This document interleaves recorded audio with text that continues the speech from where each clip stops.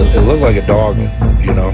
They call it like the dog man or something. I mean, this thing was built. I mean, this thing was rugged. I mean, it's something I wouldn't want to tangle with it, you know.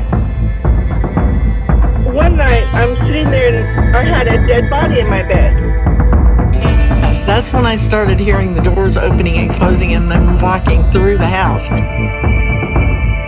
to 5 foot in height if it stood on its hind legs, covered in white fur, and it was basically scaling the wall like a person would. Welcome to Myths, Monsters, and Mullets. I am your host, John Methenkamp. If you have a paranormal encounter you'd like to share, you can email me at mythsandmullets@gmail.com. Follow me on Facebook, Spotify, and YouTube, Myths, Monsters, and Mullets. Don't forget to subscribe, follow, like, share, leave a comment, 5-star review, and that's the best way to grow the show. Tonight's episode features 3 guests. First is Gordon, who comes in and tells us about the Tennessee cave creature that he witnessed as a child. He also went back to the location and got us some bonus footage that he sent in to be included in this episode. The second guest, his identity needed to be altered to protect his identity, so I did do some editing to his audio. And then our third guest comes in to tell about a haunted theater that he worked at. Hope you enjoy the show.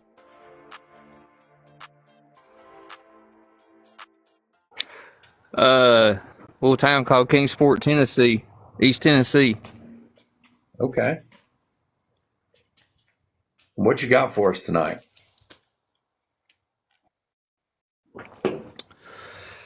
Well, I had a strange encounter. I was probably about 10 years old. This is back in about 1987. A friend of mine invited me up to spend the night at his house over the weekend, and we ended up, there was an old abandoned rock quarry behind his house, and he said, "Hey man, you want to go, go check it out, whatever?" And I said, "Yeah, sure." So we went down there, and there was like 2 sections of this quarry, right by his house. It was like this plateau area, and then it drops off down into a larger section. It was like probably a good 60-70 foot drop down into the bottom of it. But on the plateau side, there was a cave, I guess, where they had been tunneling in when the quarry was in operation. And so we climbed down in this quarry, and there's this, only thing I can describe it as is this creature. It was probably 4 to 5 foot in height if it stood on its hind legs, covered in white fur, and it was basically scaling the wall like a person would, climbing up the side of it. And of course it scared us to death and we got out of there, but over the years it just we would find like people's dogs and cats around the neighborhood, I guess, just household pets mutilated down there, like spines ripped out, organs gone, like it had picked them apart, and we never could figure out what it was. And then eventually, after a few years, it just vanished. So I don't know what it was, and to this day I've tried searching out, trying to figure out what it could be. Any other people who may have encountered something similar, but nothing. So was this like humanoid shaped, or was it on all fours the whole time? Well, that's the thing. It was like humanoid shape, but whenever, like, if we went down there and it would literally chase us at times, it would be running on all fours, like an animal would, or a dog, or something like that. It would run on all fours, but it could literally go to humanoid form and climb and that kind of thing. So you went back more than once and saw this thing? Oh yeah, we it used to be kind of a thing. We would go there, and it was kind of like our little hangout kind of thing when we was kids. We even had like a little clubhouse and stuff down there, and different things. And we go down there and explore and get away, do stuff when we weren't out doing other things. But yeah, we encountered it more than once. Holy cow. AK-47 had a question. Did you ever tell an adult about this? Well, his dad, we was out on the back porch one night talking, just kind of sitting around in the evening, and his dad said, "I'll give y'all $100 if you go down there and spend the night in that quarry right now." And of course, we was like, "No way!" But he swore up and down. There was like a ditch line in front of his house. He was out there at dusk, and he said something with horns chased him down the ditch line and made his dad jump in his pickup truck that night, and he stayed in his truck like 45 minutes to an hour, wouldn't get out because whatever it was that chased him down through there. No, I don't know if it was the same thing, kind of sounds like it, but he knew about it, so we thought he was just kind of screwing with us, because we was just kind of talking about that night. But he swears up and down something chased him down the ditch line that night into his truck. So that's really the only adult person we told about it. But So this thing was covered in fur, or it was just black?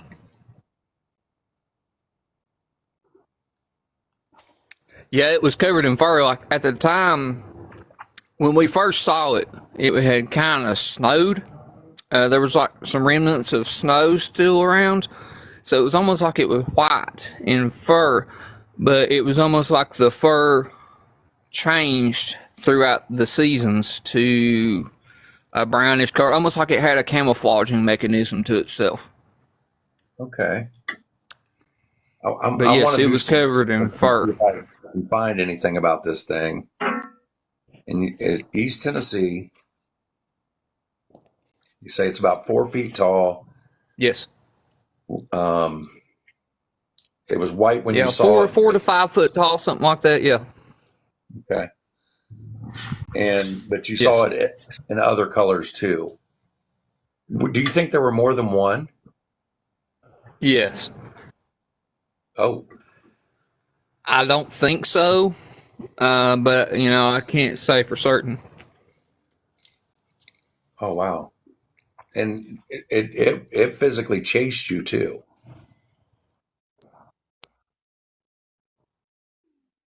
Yes, yes, and me and multiple people. We had an instance one time when one of our friends went down to the very bottom. There was a bunch of like, the place is completely filled in now. It's a shame really, because it was a really neat place to go and just kind of climb down in and just hang out and stuff. But at the time, we went down in there one time with another kid that was a friend of us, and we climbed back up out of there, but we could see like the bushes moving and stuff, like something was chasing him down. And we had bottle rockets. We was shooting down in there like at the thing, because it literally about got him that day. It about grabbed a hold of him, and he just barely escaped. I know this sounds crazy, but yeah, this literally happened. But it chased him down too, like. And if just at any split second, if it could have got a hold of one of us, I think we wouldn't be sitting here today. But it just, I can't explain it. I've never been able to figure out what in the world it could be. I've never found anything that's even close to it, searching on cryptid sites or, anything like that. And I don't know. I just don't know what it is, what it ever was. So did this thing come out of the cave that was in there, or that cave just happened to be there, and that's why you guys were down there? I don't know. The cave was caved in, like they had. This was an old cave. Like this quarry was probably in the. My dad was born in 1926, and my dad told me that this quarry was made by a man who, when he was a kid, was, so I'm guessing this quarry was probably the 20s, the 30s, somewhere around that time frame. So that cave had been caved in and the quarry abandoned for now probably 30 to 40 years by the time we was down there in the 80s. Okay. I have some people commenting here. Old Abe said it's a cave creature there's actually a Cherokee story about it. So I'm going to look into this actually. And I always follow anybody that's in my live. I think I've got you already followed. I'm going to look into it and see what I can find out about it. But you don't sound crazy And I to me. followed you back. I appreciate that. Well, AK-47 wants to know. You're one of the first people that said that. Now there's a couple of other caves. One's accessible. The other one I've never attempted to get into it. But there's actually a couple of caves that supposedly all link up to that cave. There's two other caves that's pretty good size that supposedly link up to this cave. So I don't know if maybe at some point that it escaped through them cavern systems and went somewhere else, possibly. Wait, I don't know. There's a lot of normal and cryptid activity around cave systems, especially the limestone cave systems throughout Appalachia and Kentucky. You know, if you put a map of paranormal UFO cryptids and you overlay that over top of a map, you'll find out that these cave systems are right there. Yeah. So it's very possible that what you were seeing, like Abe said, Abe is saying he's not the only story like this. He's reading about something, same thing, 4 feet in length. So I'm going to look into this a little bit, and I'll send you a message, see what I can find out. The other question was, did it make any sounds?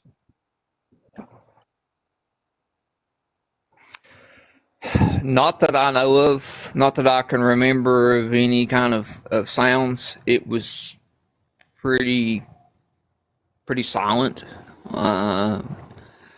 The only other incident that I ever had with it, we had kind of climbed about halfway down inside the top part of it we were just sitting there talking one day, and then all of a sudden we heard like something had lost its grip underneath of us and slid like rock sliding. It was almost like it was just silent, like it was a hunter. Like it was preying on things to sneak up and just get it, you know. Right.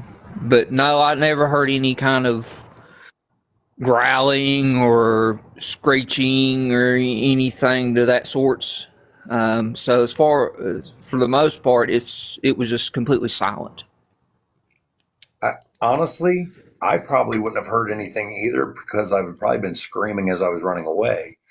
But old Abe here, he said he's right down the road from you, and he wants to go help you catch it.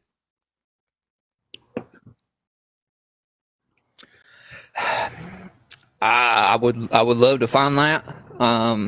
Like I said, the on the bottom side, the deepest part of it, there was a person that lived on the property there, and for years they had trash and rubble. He must have had some kind of contract maybe worked out with construction companies or something that filled the whole thing in pretty much. So now it's nothing but a flat piece of grass all the way across the thing to where the cave would have been. It's completely covered in, has been for probably 2 decades now at least. Okay. So the quarry itself, the cave and everything is completely gone. Okay. Yeah, I think old Abe was wanting to hook up with you and go hunting this thing, but sounds like the area's underground. I would love that. Yeah, I would love that, but it's completely gone now. It's nothing but somebody's pretty much this guy's backyard is all it is. Now you can see the cliffs to everything and to where everything once would have been, but as far as actually getting down into the quarry and seeing the cave and all that, it's been gone for probably a better more of 25 to 30 years now. It's been completely gone because it was filled in. Well, that was an awesome story, dude. Which makes my story even more unbelievable to a degree, but you know. So I missed that.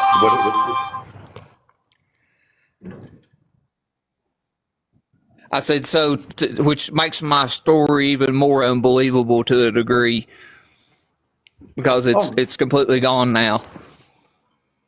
No, you saw what you saw. You know, I mean, just because 25 years have passed doesn't Right. mean that. But as far as that's unbelievable. right, but yeah, there's really nothing there to actually prove the cave and everything. But yeah, it's something I've wrestled with for, like I said, for almost 40 years of my life, you know. Something unexplainable, something that's, I can't, like I said, there's only a couple people that was there to, you know, actually witness the event that happened the first time we saw it. And so, Well, that has to. I mean, pretty much just from memory is all I can really. Yeah, that has to bring you some comfort, for sure. That there was other people who saw it at the same time, though. Yeah. Absolutely. Did you have anything else? Any other paranormal or cryptids or anything? No, not really. That's probably one of the strangest things that I've ever encountered. Nothing really paranormal.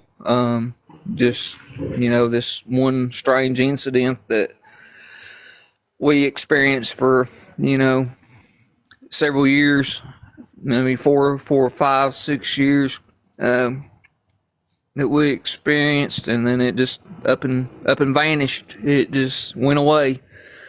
You know, of course, the older we got, the more we got, you know, into the teenage years and stuff like that, you stop, you know, going and doing things like that and get into, you know, riding around in cars and hanging out with your buddies and that kind of stuff, you know. So that just kind of faded away, and then it just was gone. Yeah, but man, that was a great story. I loved it. But and I just said I'm gonna take what old what was his name? Old what? Old Gabe. I'm gonna take what he said and take a look at it and see what I can find out, and I'll message you if I find anything out about it. All right, man. Sounds good, buddy. All right, man. Well, I appreciate you coming in tonight, and I hope you stick around. I just ran across you there just randomly. Yeah. That's great. Yeah, absolutely, man. I just, like I said, I just randomly come across you, and I thought, well, I'll share that with you, man. So I hope you can find something. Yeah. Well, thank you for following me, and I do this every Sunday and Monday at 7 p.m. So come back and hear some other people's stories. Yeah, man. All right, buddy. I appreciate you. Buddy. We'll talk to you later. Hey, you too, man. Bye, buddy. While doing a live show on TikTok can be fun, sometimes the guests don't want their identities to be disclosed, but they still want to be on the show. So I filtered our next guest several times through different filters to hide their identity. Hello, can you hear me? Yes, I can. How are you? I'm doing good. How are you? Wonderful. Where are you from? I'm from Missouri. Missouri. Yeah. So I went to this mall, I think around 9 o'clock. And so I went in the store and there was like shelves of like footballs stuff. Each football like started like dropping one by one. And I was like, what? So I left the store and there was another store that had like I think something on the wall. I think it was like like cups, and one dropped, and then one dropped behind me, and I just left them all. I just left it. I was freaking out. Yeah. So you think it was maybe some kind of spirit or something like that? Maybe. Oh, I got another one too. So right in my hallway, um, I just went up to use the bathroom, and there was a shadow on my wall. It wasn't my shadow. So was it dark? Was it dark in the hallway when you saw the shadow? Yeah, it was dark. Because I do get reports of these shadow people. Yeah. And could you make out any features of this shadow person? Uh,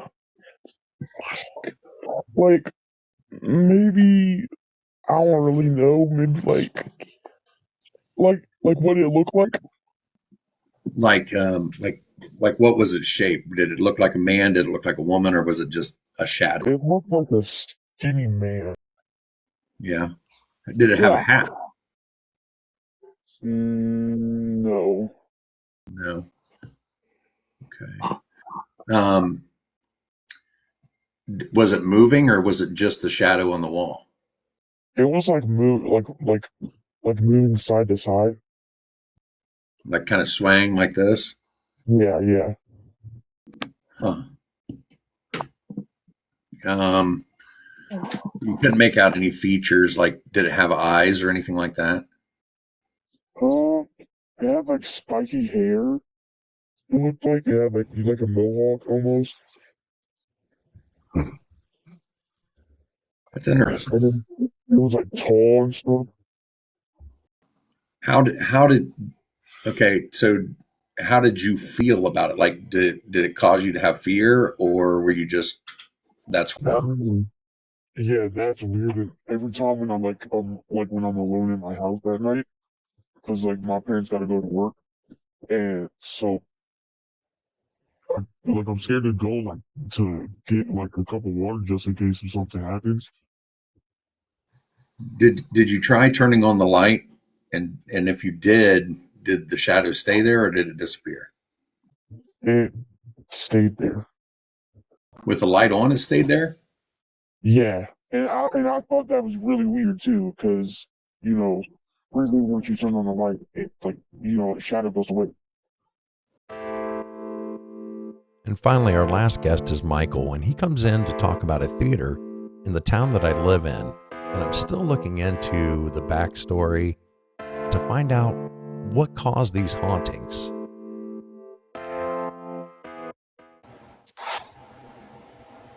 Michael, how are you tonight? Can you hear me? I can. How are you tonight? Hold on, let me see here. Trying to figure out if you're okay or Yeah, I can hear you now. I was having an issue. yeah. If you got any background noise, it'll affect whether you hear me or not. So what do you have? What do you have going on? What kind of encounter do you have? Yeah, so I've got a ghostly encounter of the other world. The only thing that I can assume that it was a ghost. Uh, I used to work at a movie theater when I was still in high school, and there it was a very old building, but the parking lot next to it was where the original movie theater was. And I think that you might know the theater I'm talking about, but I won't say its name just for because I don't want people knowing where I was. I But think, was it in the same town that I live in? yes, yes, it is. It's I think it's closed now. Yes. Okay. Go ahead. I know where you're talking about, though. Yeah, so the old building site was now the parking lot where it was. Uh, I was told that it was burnt down in a fire, and that everybody but like one guy got out. Uh, and I can't tell the merit of how true that story is because, the boss man might have just been playing a trick on me. But the encounter that I had definitely was an encounter. Whether or not it was that soul that died in that fire, I don't know. But what happened was we were closing out one day and it was late. It was probably like a Saturday or a Sunday. And so it was dark outside. And he was counting up cash. And I was just sticking around because it was cold outside and I didn't feel like walking home because it was just down the street from where I was. And so what ended up happening was the lights started kind of doing a flickering and beaming in and out. So not really turning on and off, but more like dimming and undimming. And at first we thought it was a power surge. And so we went to check the breaker to see if there was anything wrong with it. And the breaker looked fine. And the lights kept doing it. So we just figured it was past our pay grade and we kind of ignored it. Um, and then we ended up hearing this whirring sound that kind of was like a almost grinding of gears. And I don't know if you've ever heard a classic film projector whirring up to start, but it sounded exactly like that. It sounded like someone was starting up a old school projector with the film slots and the reels and everything. And I've had the pleasure of hearing and viewing an old school projector because I'm a history nut. But it started making that noise, and I don't know, this isn't common knowledge, but at the time we had digital projectors, so there was no moving parts, there was nothing that could have been making that sound. And um now I was a little bit of a scaredy cat at the time, and I told my manager, I said, you go look at it, I'm not going to go in there in the booth because it's this dark booth that you got to climb up these steep steps to get into. And he goes up in there, and as he's in there, the other one for the other theater, the two screen movie theater, started doing the same thing. And now the lights are going even crazier. And I'm thinking I'm gonna die or something. The building's gonna catch on fire again or something like that. And I've got that ghost story that they told me on the forefront of my mind. And just as quickly as it started, it stopped. And my manager came out. He said that he didn't touch anything. He was just trying to figure out where the noise was coming from, and uh, it just stopped. And the lights kind of came back on very slowly. We never fully lost power or anything like that, to my knowledge, and the breaker never switched.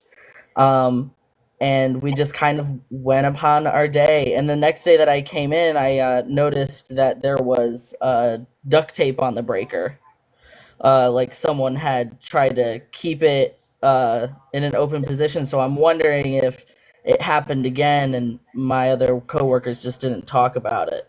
Because we weren't really a chatty bunch. No one really talked to each other. We just went in and did what we were supposed to do. So I have to wonder, if that was someone from the other side trying to get our attention, or maybe he was just ticked off that there was a movie theater now where he was. So when you're seeing the lights flashing, you're hearing this movie projector going. Did you happen to smell anything? You know, because at the time I would probably just say popcorn because we had just gotten done with a shift.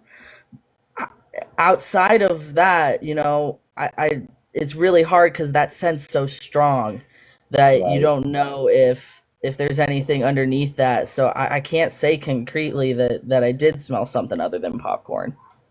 right. It was just a thought, because you're having all these other different, sensory um, Yeah.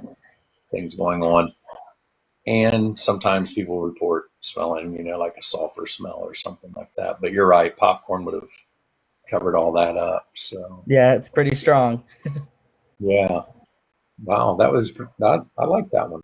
I'm going to look into that building though. Yeah, it's I'm- definitely, and we had other issues with stuff being moved around downstairs. We in the basement is where we kept like the kernel bags and the all of the extra supplies, and there would be times where things would get moved around, and of course all of us being kids, we would accuse each other of it and no one would fess up. So I can't imagine if that was someone just playing a trick on everybody or if it was something else. The only other time at that theater that I was scared, uh, not for a horror movie, but for a real life encounter, was there's a door in the very front of the building where the marquee is. Most people don't see it because no one's really looking for it, but that's where we hold all of uh, the letters and the numbers for the marquee because we still have one of those old school marquees. And there was a time where I did have a box fall on me. There was no way, the shelf on there was real wide and I hadn't even touched the box and it was almost like someone shoved it at me. And I managed to catch it because I got quick instincts and stuff like that. But it did almost hit my head, and those boxes, you know, they're not light because they're full of all those letters, and a lot of those letters were the old school metal ones still. We had a mix of the plastic and the metal, so it was almost like someone pushed it at me off the shelf. That's the only other thing that I can think of from that area. Wow. So I mean, like when you walked in, you saw the box was on the shelf the way it should have been. Yeah. And I Wow. was just doing my own thing, gathering up the letters and the numbers that I needed. And I think my back was turned because we had a box on the floor that was for the broken letters, and I had to dispose some of them because the wind had knocked them down because we had had a bad windstorm. And I had my back turned and I heard it sliding. It was almost like it was on a the sliding noise was almost like if it was tilted, like if the shelf itself was tilted, but the shelf was is even as all get out, and then it fell. What is it with theaters? It's You always hear a theaters. ton of theaters. I That's think maybe ghosts want to see movies too. hey, I don't blame them. Maybe they're wanting to watch the movie Ghost. Maybe they're maybe that guy that because It's I always thought it was a guy, but maybe he was angry because the movie didn't end the way he wanted it to. That could be.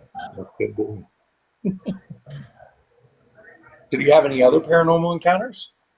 Um, well, this one's less scary. It's more sweet than anything. But when I was a kid, I had a dog named Bella. Her full name was Cabela because my dad got to choose the name. And she was a Basset Hound Sheltie mix. She's the sweetest dog I've ever had. She was my first tattoo, and she passed in 2021, I think, and we had to put her down because she was just old and she had lived 11 years, which for Basset Hound mixes is a long time. And ever since then, there's this little ghost of her that follows me around, and I've moved a couple of times since this started happening. But you know, you feel a a weight on your legs and there's no animals on there, or there's heat where there shouldn't be heat. I feel her licking me sometimes because, boy, she couldn't hold her liquor. um, That Sky. maybe it's Sky, maybe it's not. Sometimes it's when I'm home all alone, you know? Okay. But she still follows me around, and every now and then I'll buy her little treats from PetSmart, and I'll put it in a little bowl for her, cause she's a good girl. So maybe I'm her unfinished business. She just wanted to hang around with me for the rest of my life. Right. Right. Well, those are some awesome stories, Michael. I'm glad that I got to tell him. Yeah. I'm glad you guys enjoy the show. Oh, absolutely. We're big fans. You know, I'm busy with my finals right now, and it's just playing in the background while I'm working on my papers and everything like that. And I thought, man, I haven't taken a break in a minute. I'm gonna go tell my story on John's Live, and then I'll get back to it. I appreciate it, Yeah, absolutely. and it was good seeing you guys on Saturday. Yeah, I had a lot of fun, even though got beamed by some Saran wrap, but that was pretty good. Well, all right. Well, I'll tell everybody I said hi and thank you for coming in. Yeah, absolutely. The following clips are from our first guest, Gordon, where he witnessed this stuff as a child. Hey man, meant to do this like I told you I would a few days ago, but it's been brutally cold up here in Tennessee, so as I promised though, I'm going to show you this cave and stuff and all these locations. It's finally warmed back up here to about the upper 50s today, but I'm going to kind of do this in reverse order. So this is technically the last cave, but it's the most accessible and the only thing that's really still around. But as you can see, it's a pretty good sized cave. It's goes back pretty good distance. As you can see from the graffiti and everything, that plenty of people has been here over the years and kind of vandalized and that kind of stuff, but it goes back a good distance. It actually really is pretty close to the main road. As you can see right here, I mean, it's just right off one of the main roads here in my town. So a lot of people don't even know the cave's here, but apparently that cave connects to the next one I'm getting ready to take us to, which connects to the quarry that I'll go to last. So I'll get in the car and take us on over to the next location. Alright man, not a short distance from where we was just at, maybe half mile, 3/4 of a mile, something like that. All these caves are pretty close vicinity to each other. And that other cave, it goes back a good distance inside of it. I meant to mention that to you earlier, but apparently when they was building the part of the interstate up there, they caused the cave to cave in, from what I understand. This cave here, I've never been in it. As you can see, it's pretty overgrown. It's been fenced in, but apparently the city fenced it in back in the late 70s, early 80s. From the stories I heard, teenagers was going down in there and partying and drinking, and they pumped this cave full of concrete and sealed it up to where it made it inaccessible. So I never got to go in this cave. When I was younger, when I was into doing all that kind of stuff as kids and teenagers and stuff. I also always heard it was snake infested, but you know, I don't know. Those are just rumors and things. I don't even know if I can really get you a good look at it, as overgrown as it is. I try to do my best. And you can kind of see down in there to where There's an opening. I haven't been down here in years, man. But you can kind of see there's a crevice right in there, at least to the mouth of it. It's just really hard to get over to where you can see in the thing. Oh wow, here we go. Yeah, there you go. There's an opening to it. If I wasn't pressed for so much time to try to get to all these locations before dark, there's actually looks like a accessible opening right here to this fence. I'm gonna come back one day to actually see if I can't venture down in there and actually see if you can get inside the thing. Huh. I was always told it wasn't accessible, but that's cave number 2. That cave is supposedly what links up here to this next place I'm going to, where the old quarry was, the cave that was there where we saw the creature I explained to you about. And this cave here supposedly links up with the first cave we just went to. So I'm gonna venture up the road just a little bit, not too much farther. I'll take you where the old quarry is, to where I first saw the creature I told you about the other night, and let you see what's left of the quarry, and I'll show you where everything kind of was. Alright, man, we're at the final location where the quarry is, or was. I haven't been back in here in years either. Kind of going into a different direction than I used to go. Take you to this little section we called the rock base. We kind of had a little place over here. People's dogs over there raising hell. Hopefully I don't get the wild caught on me, but I just want to see if I can't get you a good shot of all this. As fast as I can. Hopefully nobody calls the police on me for being back here. But I don't know if I can even see down in here.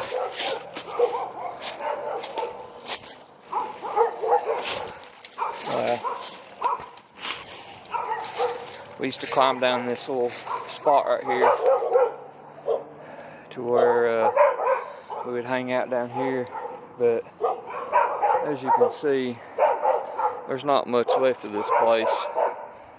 I'm gonna have to probably vacate the premises. There's way too many dogs up here raising hell.